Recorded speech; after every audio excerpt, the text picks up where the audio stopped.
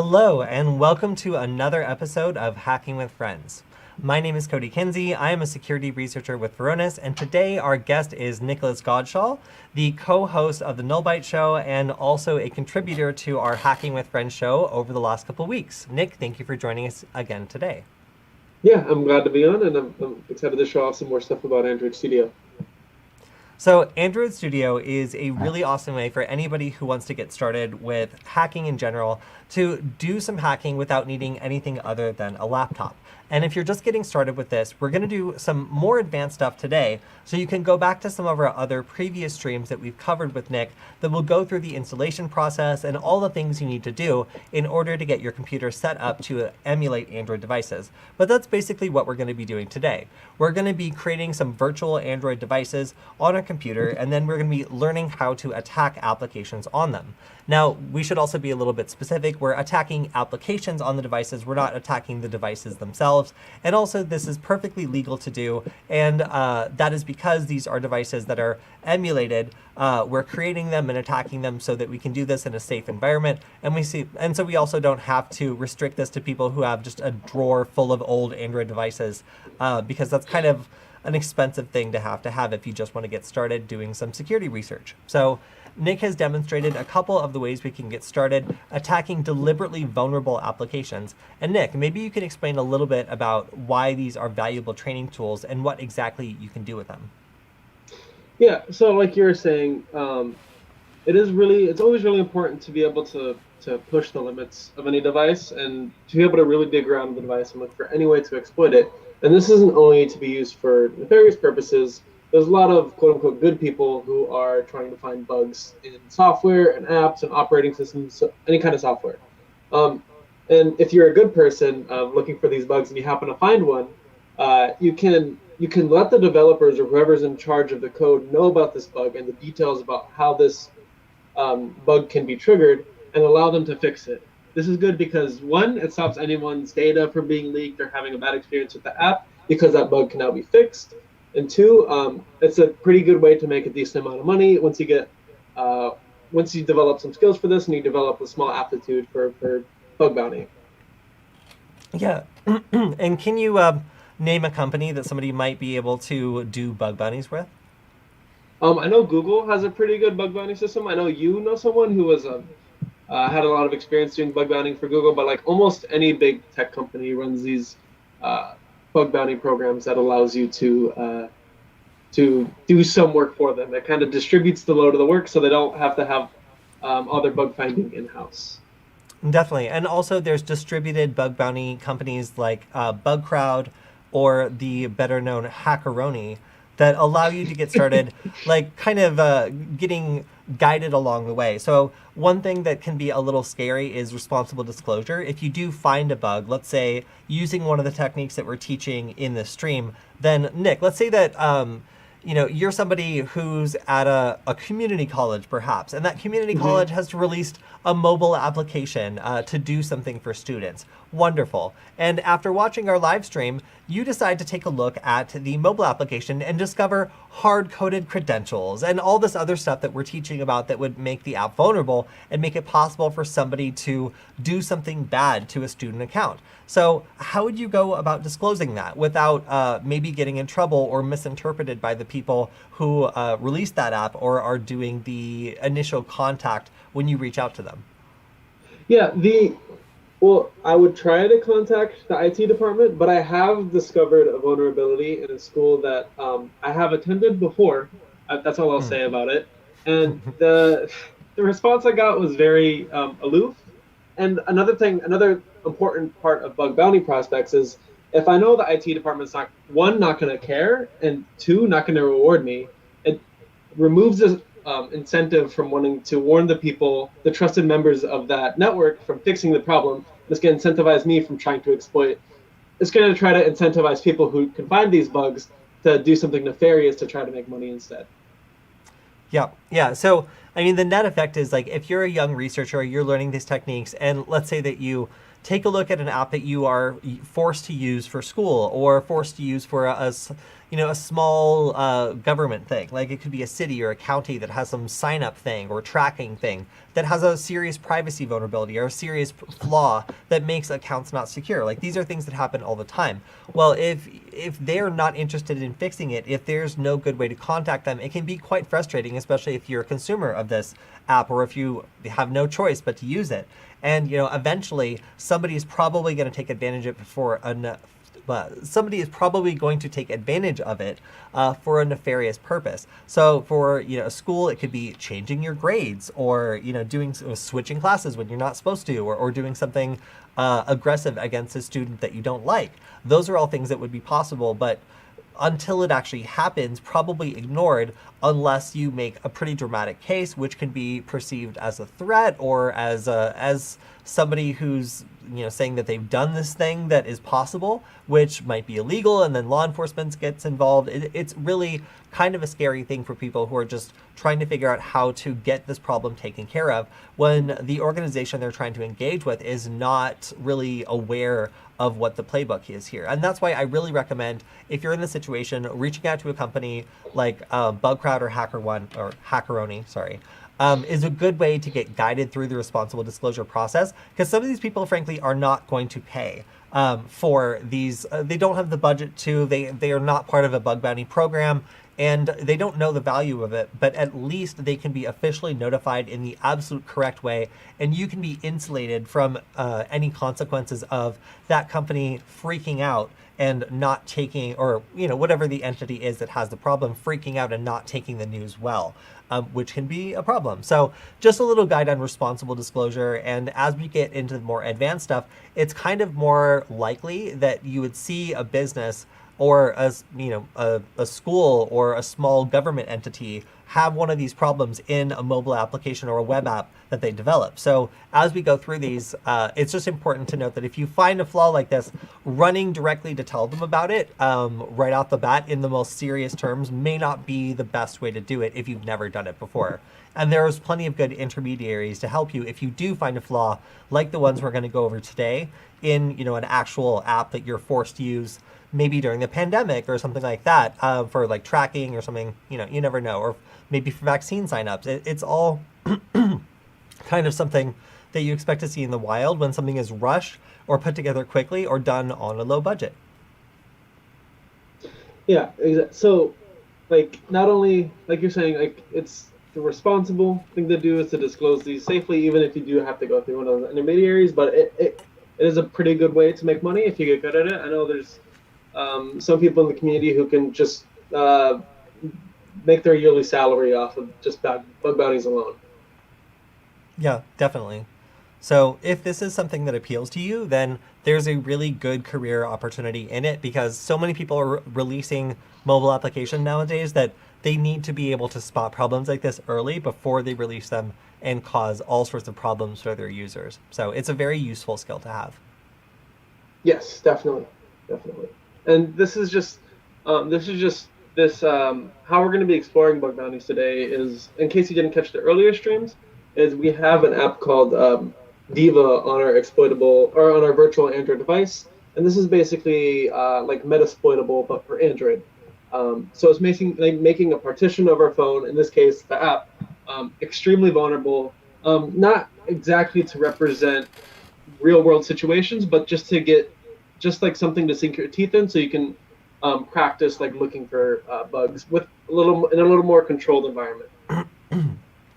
Okay, so yeah, so if you're just joining us, Metasploitable is basically a deliberately vulnerable thing to poke at, and this is also a deliberately vulnerable application to start poking at. And it's not supposed to be like a full-fledged application that's totally cohesive but also vulnerable at the same time. It's more of like a training thing that you can press buttons on to enable specific vulnerabilities and then practice different techniques to kind of go through each one. So it's more of like a training program than like a whole, I don't know, like the OWASP juice shop, if you know what that is.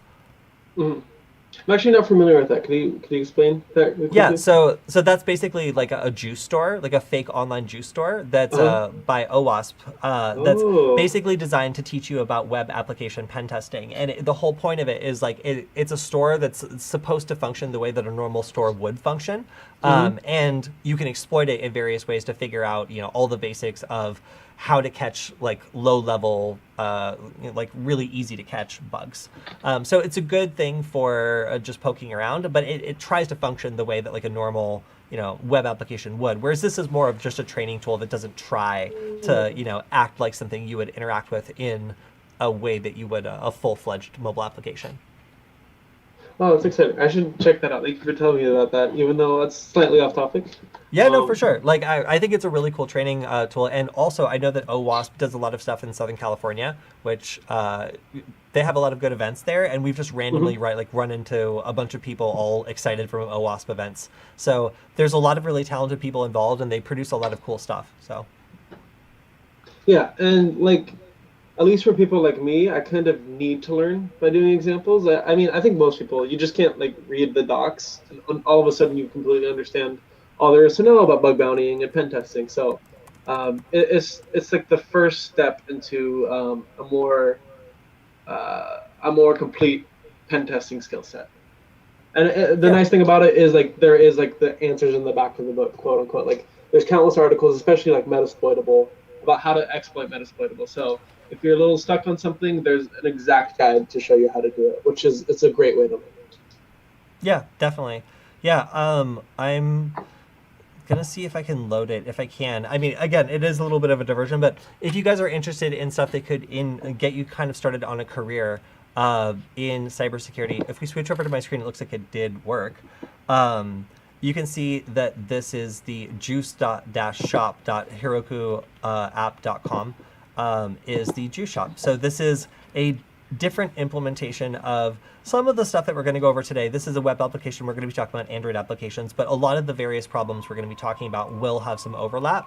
So it's just interesting to be able to see how this sort of skill can transfer over not just to Android applications, but also to web applications and other tools, aside from the DIVA application we're going to be using today, which is also super cool, and I also have open on my screen. But we'll kick it over to Nick, because I think his screen's a little bit bigger. So as long as everyone can see me, I can start my little spiel about Diva. Um, you all good? Yeah. Okay, so today, in case you did miss the other streams, this is my virtual Android device with a Pixel 2 XL bezel. I just launched it using AndroidStudio. I just wanted to avoid any errors happening live on stream.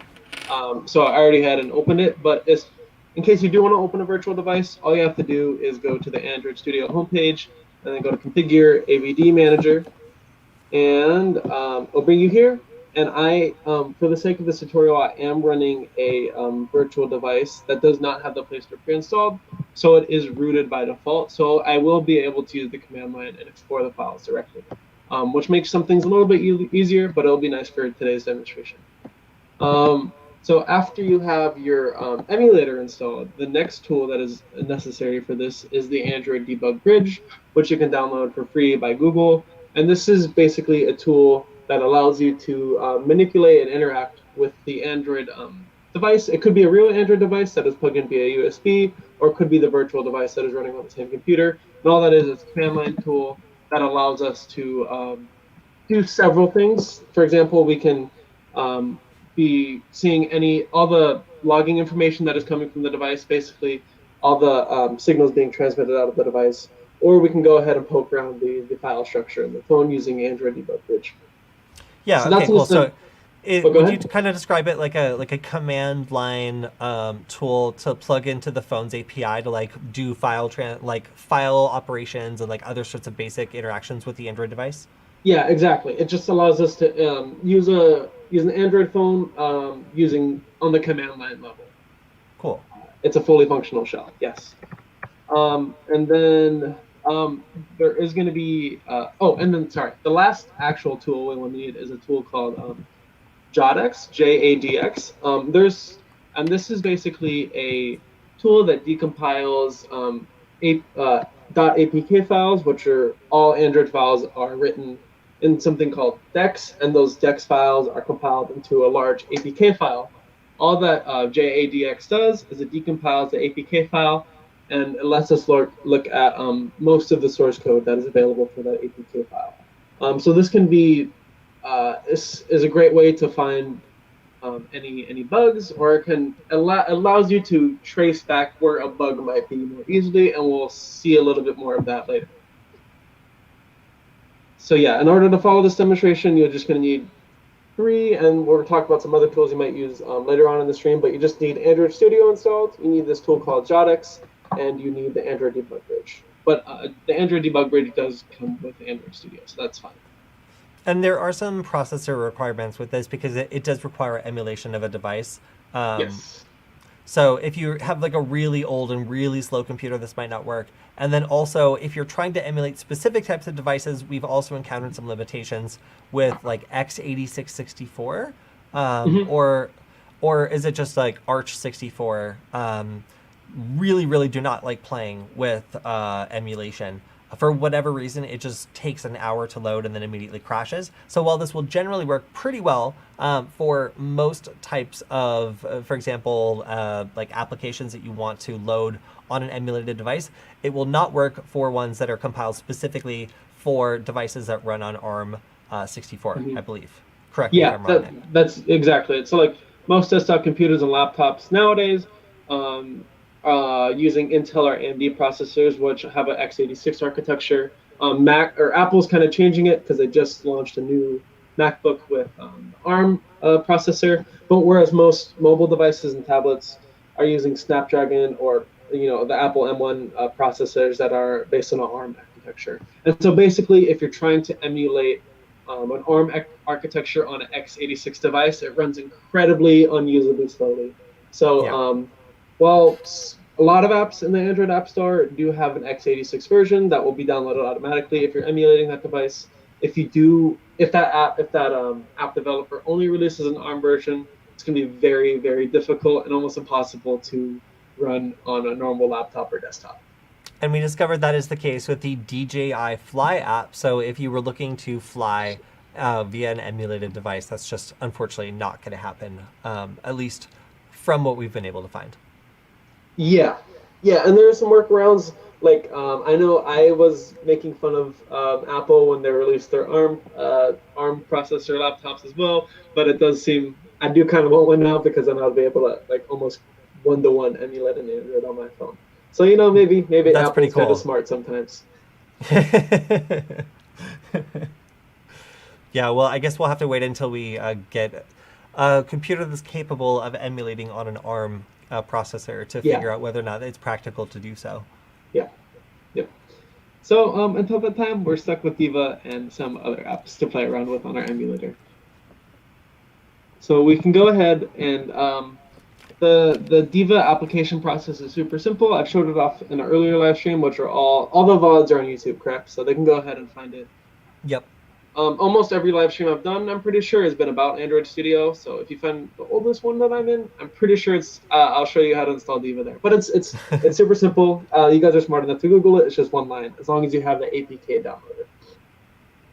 So you can go ahead and open DIVA like any other app once it's installed to your device, and then once it opens, you're greeted with a series of challenges, which is very exciting. So in the earlier streams, we went through most of the first 8. So today we're going to explore 3 of the more difficult ones, and I'm trying to show off ones that show off different aspects. Could you enlarge the emulated screen a little bit, just so the text is a bit larger?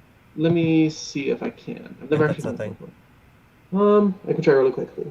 I just like dragged the corner and like made the screen like physically bigger, but if there's an official way of doing it. Learn something new. Yeah. Ha! And then I can even see if it supports tilt. No, it does not support tilt. Cool. Is this better? Oh yeah. No, that's definitely better. Okay, cool. So we're weird and we're holding our phone sideways, but who cares? Because it's emulated. Okay. So the first one, we went over hard coding part 1, and for that example, we had to go look into the source code using Jodex and find that this vendor key was stored directly in the code. Now we're going to be doing something a little similar, but a little more involved. So we're going to look at hard coding issues part 2, number 12 first, and now it's going to ask us for a vendor key, and if we give it the wrong, literally type in wrong one, type in done, and we're going to access it. And it gives us a very mean message saying that the access was denied, in case you were not able to read that. Yeah, I know, incredibly rude, and we're going to show this app who is the boss. And guess what? It's the humans. So to get started with this, we can poke around in the source code like we were for the other examples. So I'm going to go ahead and open hard coding 2 activity. And I'm going to hope that I get lucky and they store the vendor key in the source directly in the source code like they did earlier. But let's see if they do. So as you can see, it's importing some various Android libraries that it's using for support functionality or whatever. And then it's declaring this DIVA JNI class. And it's going to be used again in the future. And so it's saying it's using this DJNI. It's using this DJNI class basically as a variable to store the passcode. So if we can find out where these DJNI, or if DJNI has to be shared across apps, then we can try to find if it's being saved somewhere in the file structure. Okay, so we're looking at where this class is being saved? Yeah, so sometimes apps are, because this is just, it's being declared in an individual Java class, but the subclass might want it to be used by other Java classes. So there might be a directory that the app uses to identify where these classes are stored. Okay. So to do this, we can poke around using the JODX user interface and find out, we're basically looking for a .so file, which in Android speak, or I think it's just Java speak, is a shared object file. And so we're trying to find where this DIVA JNI or DJNI objects are being shared. So like I was saying, we can poke around using JODX, or we can just unzip the APK file so we can use the command line. I think for this purpose, the command line will be a little bit simpler since we can use grep and ls and we can see a longer list rather than dealing with this bulky UI. So I can show off that, and it's also a different way that you can poke around the APK file. Yeah, that's cool. So I'm going to open up my Windows command prompt. Actually, I have to open git bash for this because there's a couple of special commands. So in case you're not aware, git bash is a awesome program for Windows that gives you a command line that's a little more Unix-like. So that can be extremely useful. So using git bash, I'm going to go to the desktop because I'm lazy and it's saying my APK there. So, oops. Is the text big enough? Can you read it clearly? Yeah, I can read it. Okay, cool. And so now I'm at the desktop and I can go ahead and unzip diva data.apk. Okay, and all these files popped up here. And I can also see them in the command line. And so it looks like a control. Go ahead and do it here. And now the APK file got unzipped, and as you can see, it will be the same stuff that you see on the left-hand side of JetX. This is just a little faster. So I'll give a little hint, and almost always .so files are stored in the lib folder. So I'm going to go ahead and change directories to there. And then now there is, speaking of architectures, there is several folders for several different computer architectures because DIVA was in fact coded to be used on multiple architectures, not just x86. So I'm using an x86 64-bit machine, so I'm going to change directories to x86_264 and oops, and ls and see what's here. And now there is this lib diva jni shared object file.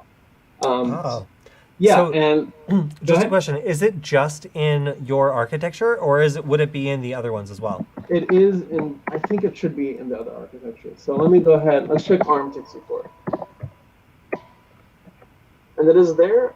I can see. I'll go ahead and show how it works in the x86, but I'm not 100% sure if it's actually going to work there. So let's see. Am I still here? Yeah. So I'm going to go ahead and go back to x86 really quick. And so now, if I tried to just look at this the shared object file using cat, Yeah. your favorite thing, it's a whole bunch of garbage. Mm. But there is, if you look past the garbage, there is some like readable text. And so this is actually there's this Unix tool called Strings. I'm not sure if you heard about it because I just did the other day when I was researching this. But Strings will sort an output, and it will only return to you the human readable strings that are in that output. Mm. So Strings comes default on Unix devices, but not on Windows. So you can download Strings. It's available publicly from Microsoft. It's just not installed automatically. So if you just Google Strings for Windows, then you can download the zip file. And for this demonstration, I'm going to just drag the zip file. Not there. I'm going to drag the zip file to the desktop, and I'm going to unzip it here really quickly, and then I'll have access to the strings exe, and that's going to enable us to find any passwords that might be stored in that shared object file. So now I have strings.exe, and using git bash, I'm going to launch strings.exe by using desktop strings.exe. And I can use strings.exe on our shared object file. And then now, instead of all that garbage, it's returning to us just the strings that are included in that file, which makes this a lot easier. Nice. So now that I'm here, I've limited it to anything that could potentially be a vendor passcode. I'm going to limit it further, I guess, using my eyes. So I'm going to look for anything that could be a password, and it's probably not stuff like libm.so. Those are probably file types, stuff like that. Right. You're looking for a high entropy string, or exactly like, in a bad case, a series of like words, perhaps. Exactly. And maybe numbers. So I don't know if you want to take a shot at it, but you can if you could read all these texts, if it's not compressed too much, you can go ahead and pick our first guess. I'm going to go with the one that starts with OLSDF, and then... Okay, so we can go ahead. I'm going to assume that the vendor's good. Like, if I had faith in vendors, that would be like a pretty random hard-coded password where, unless you were digging around in the file system, it's pretty unlikely that someone would just type that randomly into their keyboard. Yeah, okay, so let's go ahead and... actually, I can't copy and paste between the emulators, so I'm going to have to just type it correctly. Nice, good. So instead of wrong one, we're going to type in OLSD. Oh, that's right. Fingers one one. OLSDFGAD semicolon. Oops, semicolon. LH. And I think, let me double check I typed that right. GAD. Okay. Is it 1H or LH? I think that's an L. Yeah, the ones have a thing on the bottom. That's good. And let's just access, and there you go. That was I was impressed because I already knew the answer. That's why I wanted you to guess it, but I was impressed you guessed the right one right away. Well, I should have guessed the wrong one just so to draw it out a little bit more. Because if it wasn't that one, I was gonna say the ... would have been my guess number 2 underneath it. Yeah, because that's like kind of something a human would. I was like, oh, I'm so tricky. I'm gonna. Yeah, it has 2 words. It has 2 words in it. So if I was gonna guess a bad practices password, I would guess that it would be something like 123, but they would spell out 123 and be like, I tricked them, or something like that. So like that was kind of what I was hunting for originally. But my faith would be in them coming up with something that is a little bit more random than that. Yeah. And you're right. The semicolon makes it like extremely more difficult to crack, because if the hacker is using because most people will start with an alphabet only cracking thing just to get the low hanging fruit, and because the symbols add so much time to a potential crack for now at least. So yeah, the semicolon makes it a much more strong password, but not if you hard code it into the app. So this is really interesting because our first example for hard coding, just to explain to people the difference, we were able to just take a look at the code, and basically in the first step of this exercise, we would have gotten the answer because they actually put the the credential in the code itself. But in this case, we had to take an extra step of figuring out, hey, it looks like it's storing this locally in an object that's shared, so it's accessible to, other apps potentially, or something else that might need it. And because of that, we're able to then dig around a little bit further. And, we don't want to be digging around looking for strings in every single file, folder, or whatever that is in this APK. That is not a useful way to spend our time. However, if we know that something is in a specific area, then we can start digging around there. And that's exactly how we found this hard-coded credential. Nick, please correct me if I'm wrong. Yeah, that's exactly it. So this one did require a little more digging, but stuff like this, I think, is actually more likely to be found in the wild. Like, I think in 2021, most developers are experienced enough to know not to leave like API keys directly in the code, but they might think they're sneaky and storing it in some obscure file in the device. And so I think this is actually a much more useful example, because this is probably what it would be. Hard coding issues would look something more similar to this. You probably are not going to get lucky enough to just find it in the code. Yeah, but once you actually, though, not knowing what this exercise looked like, I thought that the exercise was going to be that the code was generated algorithmically, but using like a bad random variable, or like using something that was like statically coded to generate the like random passcode. So that way, like if it was accepting just like something that just matched like a key or something, we could just generate our own passcode. At least that's how I thought it was going to play out. So it was an interesting little twist for me on that one. Yeah, but that's interesting too. So you're talking about like if we're able to find like the seed or something, and then we can generate it ourselves.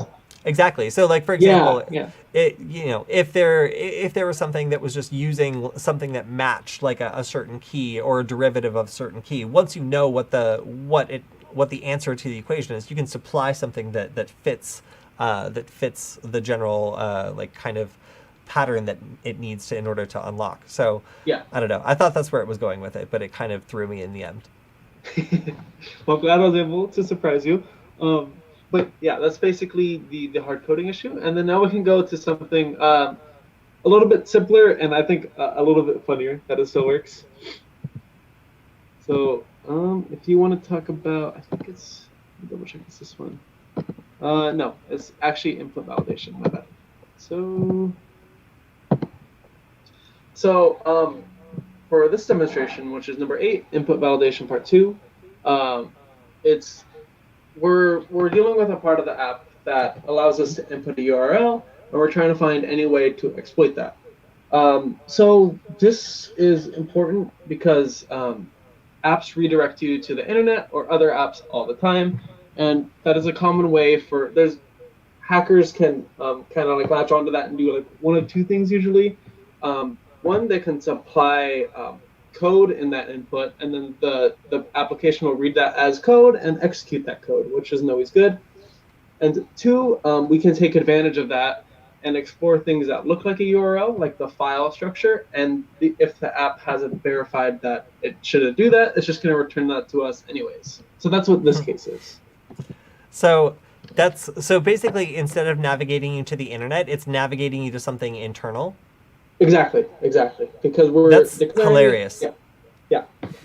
So when we were like first learning like C++ and like input sanitization, like all the things that you could do wrong, like it was really funny seeing some of the examples of like stuff you could do to just like take a relatively simple input and make it so that the program doesn't know when it ends or can't catch it correctly, because some of these programs are actually super fragile on the inside, and if they're not programmed to be resilient against somebody like adding like a termination character or otherwise like messing up the way that it interprets what could be any possible type of input without testing, it's very likely that you're going to get a circumstance where some sort of input doesn't get sanitized properly, and in the end you're able to execute code or otherwise make it do something it's definitely not supposed to do.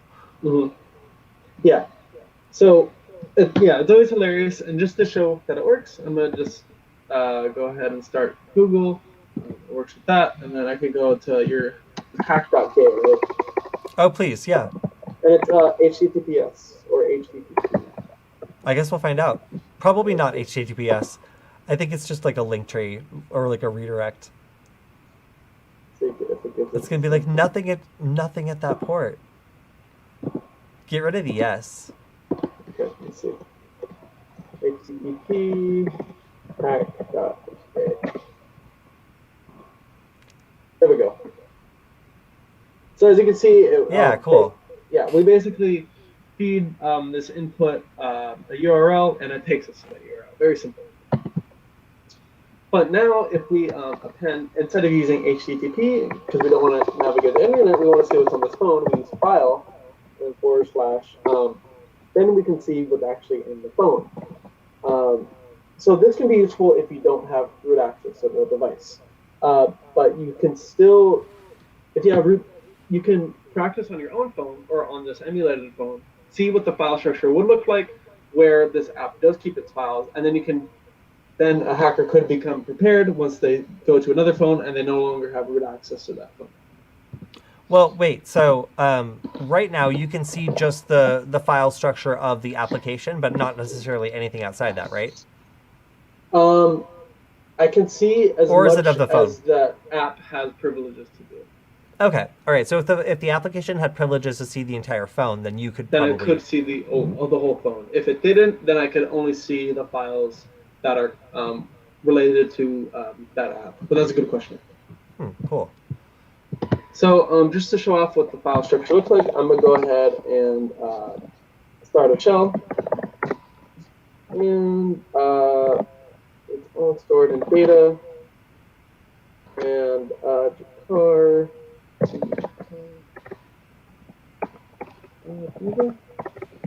which one of these? I just want to see the whole directory for DIVA, and then I can navigate to that using the app.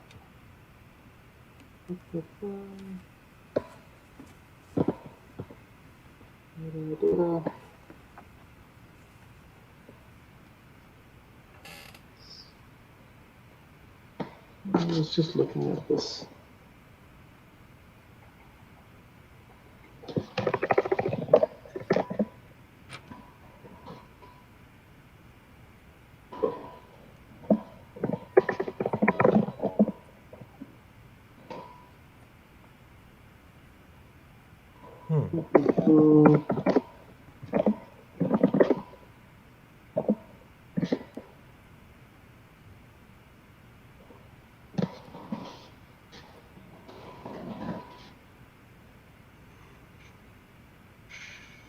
That's weird because the DIVA files should be in here.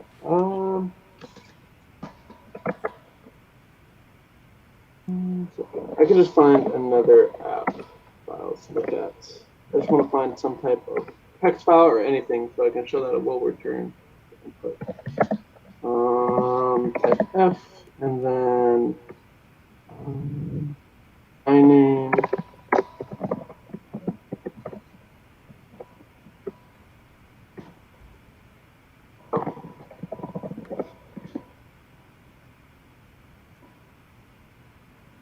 Okay, so I can use any one of these. Oh, okay. So Jakar. So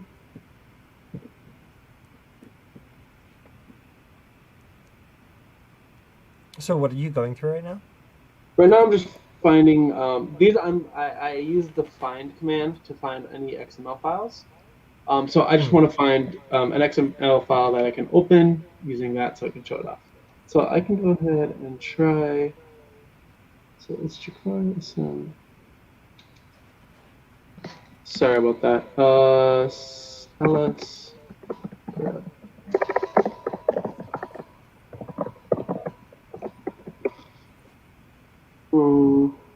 That's very strange. Okay. So I'm in data, and then it's up here.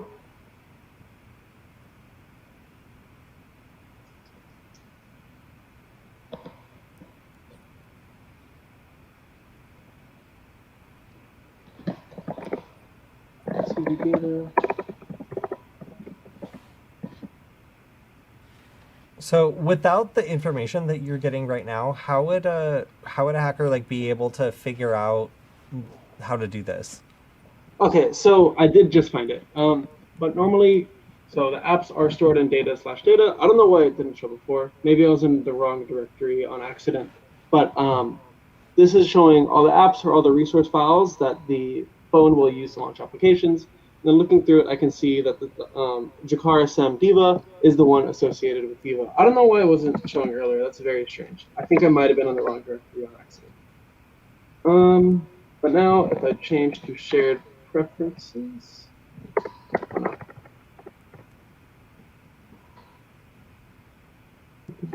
CD Jakar.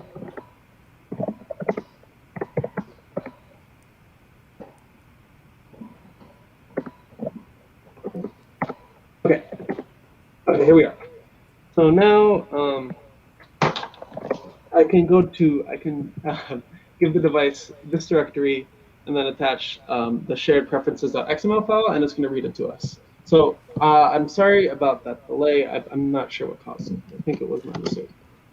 Wait, so once you figured out that something wasn't doing input sanitization, like, would you be looking for these basically paths to different interesting files via just like fuzzing, or like what would be a way that somebody who wanted to do this on like an app that you didn't have inside knowledge of be able to start doing it?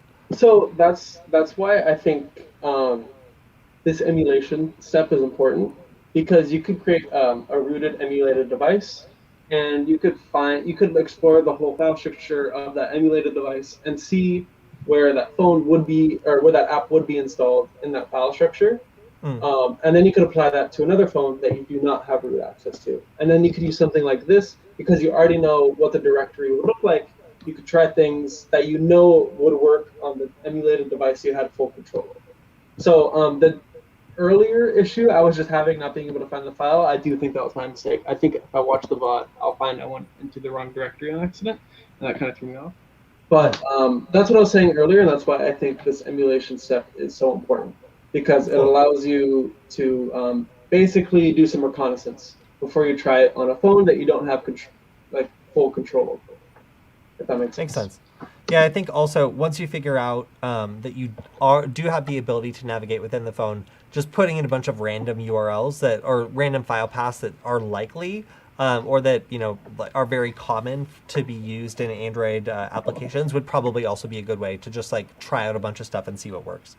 Exactly. Yeah, it just gives you more experience where you can actually dig around completely before you're a much more restricted environment. It allows you to walk before you have to run.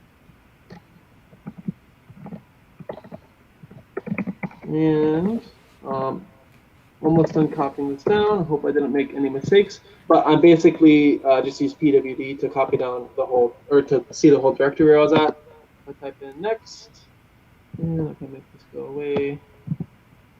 The view, it's not available. Oh, I did type in something wrong. I think that's what it is. Yeah. Okay, cool. Now if I view it, there we go. Now we can see the phone is displaying the XML file that controlled the preferences, and it is the same password that we did. Nick, that's my password. That's my password for my small business. How am I going to sell the suckers at truck stops okay, well, please do not log into my Shopify account with those credentials. I have a small business that's very important to me. Obviously not important to Nick. But yeah, it's important that it was an XML file, because it's allowed to kind of Apple actually render it properly, and we can see that code is for small business files, and his password. And now we can change the prices of his Shopify stuff to exorbitant prices. So no one. The truckers can't afford it. They're the backbone of America. So yeah, that was a much longer demonstration of an actually pretty simple exploit that can be found in a lot of places. I can go ahead and show the source code, and it normally has to go with. Normally, this issue crops up when developers do not properly check inputs. And if I go to input validation 2, or actually 3, it's numbered. Basically, when it gets to input, it doesn't validate that it's actually some type of URL, which I'm sure there's a default Android library to verify that a given input is a URL. I know there's one for Python, and this developer is not doing that. So we're allowed to give this file explorer, we're allowed to give this explorer a file directory, and it just returns it to us because it's a dumb computer. So making sure that all the inputs are valid is very important as a developer, and it is something you're easily able to overlook, especially if you don't have extensive bug testing. Yeah, and it's really interesting here because the function of a browser is to render content that it's directed to.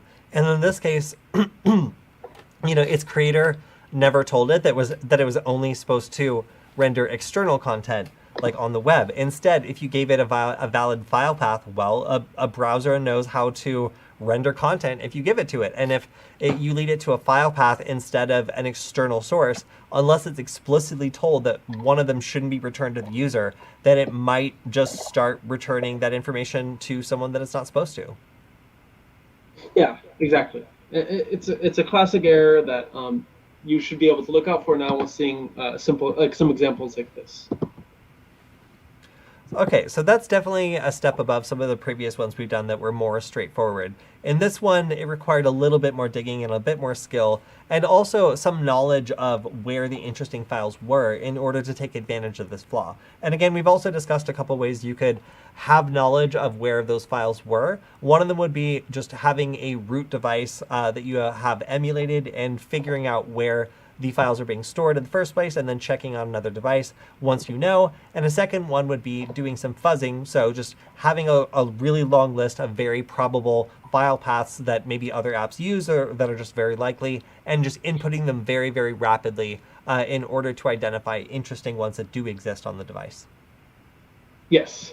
Yeah. And so that was kind of fun. And the last one we're going to show off is exploiting some more low-level problems with the app rather than like simple or rather than like the input validation that we were just talking about. So this one is the last scenario in DIVA, and it's another input validation issue. So it's asking us to put in a launch code for I think WMD is some kind Weapons of mass destruction. Oh yeah. I was thinking of a Moab, but I knew it was definitely not Moab. But yeah, weapons of mass destruction, and it's asking us to put in the launch codes. So this error, I've already done it, so I know this error is not exploiting anything. We're not finding information, but we are forcing the app to crash. And if it's a very important app, like a banking app or an app that is used to launch nuclear missiles, then you don't want that app to crash ever. And so it's just it's also an important bug, even if it is just causing the app to crash. So if we go ahead and so I'll just give a random password like ABC, and if I push the red button, it says access. But it didn't crash. So even though it didn't let you in, it's still, is doing its thing.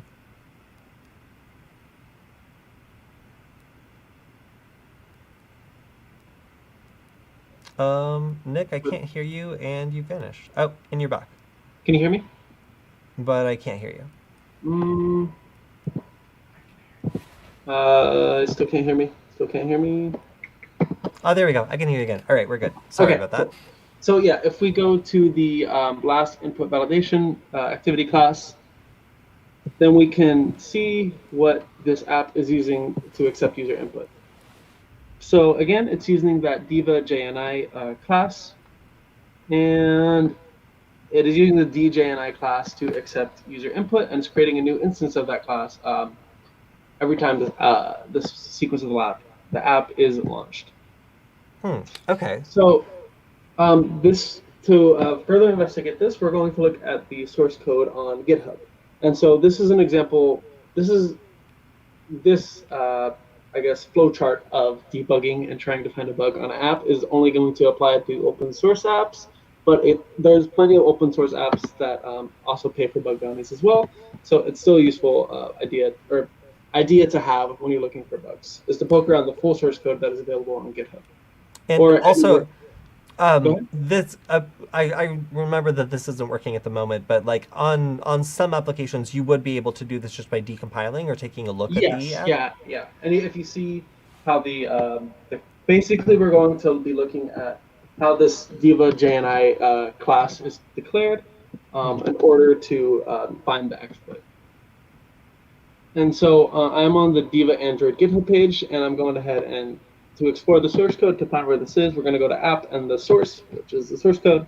We're going to see main, which is where almost all the code will be stored, and JNI. And that's just where my guess is because other classes have a JNI in their name. That's just why I would think to go here. And then I can see the diva JNI.c file, which is the class declaration. And I can see all this copyright jargon. And if I go down here, I see the first couple of declarations. It's defining the vendor key as what we saw earlier. So this would be another way. Zoom in a little bit. Yes. Thank you. Yes. So this is how you actually solve one of the other hard coding tasks. I didn't want to go over it because it was too similar. I went over the one where we go ahead and poke around on the files on the computer. But this is how you solve one of the other examples. So that's how you do that. But you can also see that the code size max is 20, and that's 20 bytes. So we can try to put in a string that is greater than 20 bytes. And if they don't have a try except statement, which they don't, because we were just looking at this source code, and there is no try except statement, then the code will probably crash. If it was Python, I don't think it would crash. I think if you... no, it'll still crash. It'll still crash. I've been, or at least the Python I've been working with, like MicroPython stuff, if you don't do try except, it'll very helpfully tell you what went wrong, but it'll still crash. Yeah, okay. But in Java, I know it definitely will crash if you try to assign too much data to a variable type that won't accept that much data.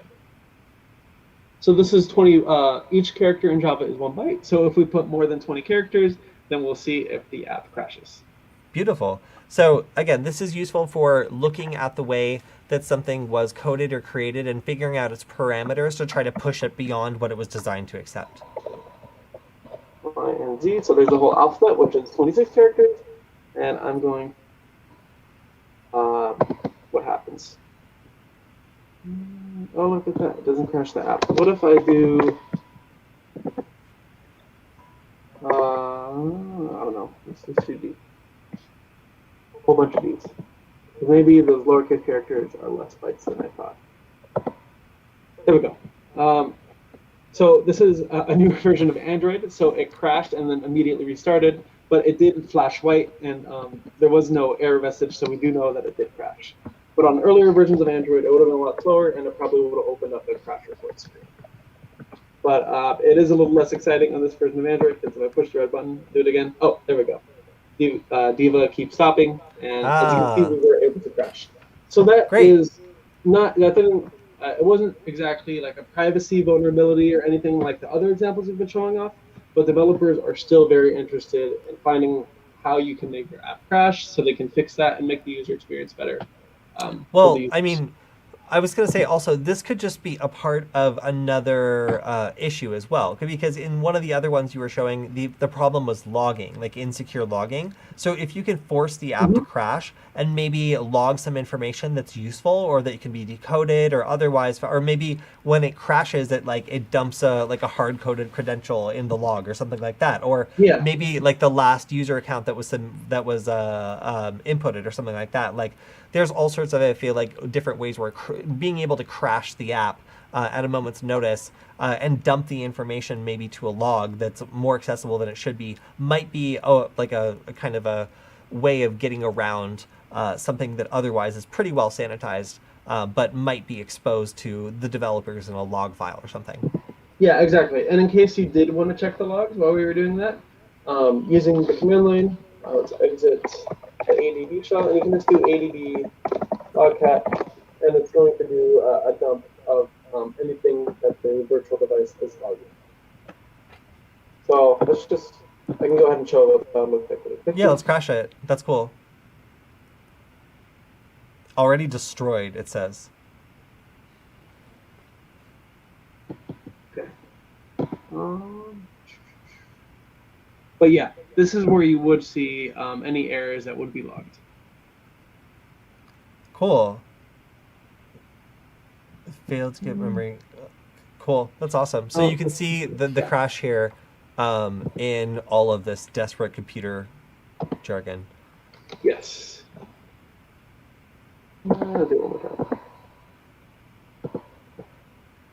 Mm-hmm.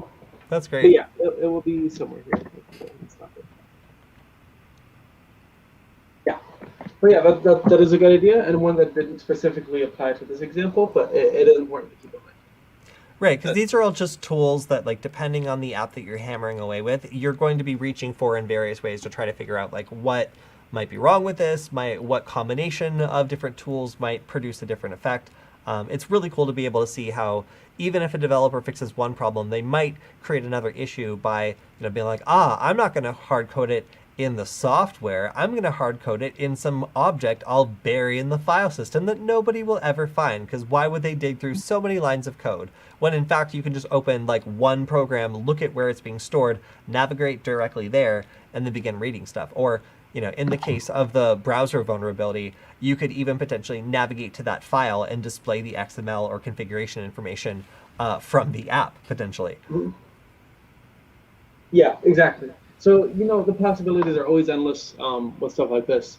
But the DIVA especially, and like stuff we were talking about before, like Metasploitable and probably that juice shop, they do harp on issues that are common. And so once you keep doing examples like this, the patterns in your brain, you'll be able to recognize them, and you'll search directly for stuff that is the most likely to be wrong with the app. And so it's usually stuff like this.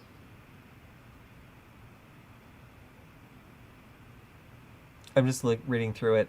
It's funny because like buried in this could be a password, credit card information. Like it really could be, win death. Yeah, I like that one. That one's a little cryptic.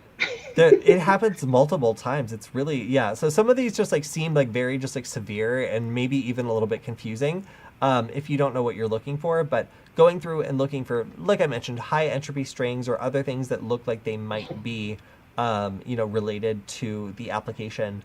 Or other sorts of information that might be juicy or interesting. Like that's kind of how we're able to go through and find where data is being shared in ways that it shouldn't be. Yeah, exactly. And so that was the last example that I'm going to show off today.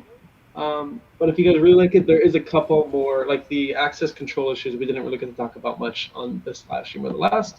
So there is a little bit more to be explored with DIVA, but I think we did cover a lot of the different flavors of issues that can be wrong with a kind of Android app.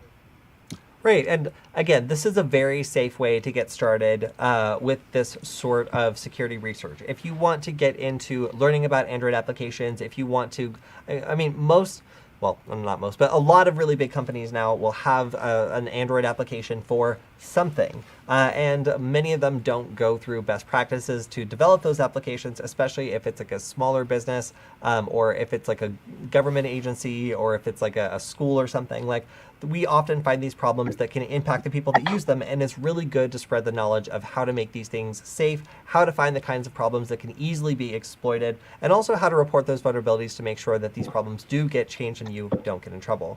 So I'm really glad that we can start to teach some of these techniques that are just unarguably safe and legal to learn. So Nick, thank you for showing off some of these things that really cannot get people in trouble, provided you're using DIVA, you're using an emulated device. And I also think that's cool because it just doesn't take that much money.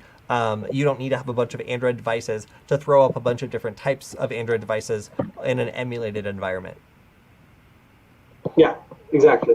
It's cheaper, it's easier, and it is a way to explore like exploitation on a very common operating system that I think a lot of people, even people who know a lot about hacking, don't know much about just because they don't have the experience with it. Right, and I did not know that it was so easy to create a fully functional Android device to play around with on just a computer I had lying around, because who really knew that it would be so useful to have that tool that was originally designed for developers for debugging to actually be a full-fledged emulated Android device to poke around with and even start to do security research just on apps as well as the Android system. So whether you're interested whether you're interested in Android as a platform to start poking around with, or if you're just interested in learning another avenue to poke around with web applications or mobile applications, this is a really good way to sharpen your skills and get to know just generally what sorts of things to look like when you're getting started. So thank you, Nick, for showing us this. And if anybody is interested in going even further, please let us know in the comments. We would love to hear from you, because this has been a super interesting series, and I've had a lot of fun learning about some of these vulnerabilities, because there really is a lot of commonality between this and the kind of training you go through when you're learning about web application vulnerabilities. So I think it has a lot of overlap, and it's super, super useful and some of our best content for everybody out there who wants to get into this career field. Yeah, and I hope it can help you get started on the path of bug bountying. Because like I was saying earlier, it's just good for the community to have more responsible people finding these bugs, and it can make you a pretty good amount of money too if you are successful with it. Yeah, and it sucks to get into hacking and have people tell you that you're not supposed to do this stuff or that it's bad. There's plenty of legitimate ways of getting into the industry, and we want to show you guys really good examples of that. So please make sure to only use these skills for good against devices you have permission to or emulated devices. And I think these are going to be a lot of really useful exercises for anybody who wants to do this. So Nick, if people want to follow you, what's the best way to follow your work at the moment? You can find me on Twitter at Nick Godshall. You can also check out my GitHub at Nick Godshall, but I haven't updated that. I haven't posted anything any recently. And you can find me on the latest Nullbyte videos as well. As well as Hackbyte now, and also as well as in Veronis's articles, because I believe you're now an author there too. Yes. Yeah, so there's several different places that you can find me. Cool. Well, hopefully you can also find Nick on another one of our upcoming streams, because we'll have him back again soon. And I think that's all we have till next time. Thank you, guys. And also, before I forget, if you want to check out some other great Veronis content, make sure to check out the threat update on the Veronis brand channel, where you can find out all about the types of threats that are going on against the big businesses who are trying to figure out what to do against some of the more recent attacks you might have heard of, like the MS Exchange attack. If you want to hear how that's going and what you can do to fight back against this sort of attack, then check out that channel, because there's lots of great content from our sometimes co-host, Killian. All right, you guys, thank you for sticking with us and being with us in the chat. We will talk to you next week, and bye.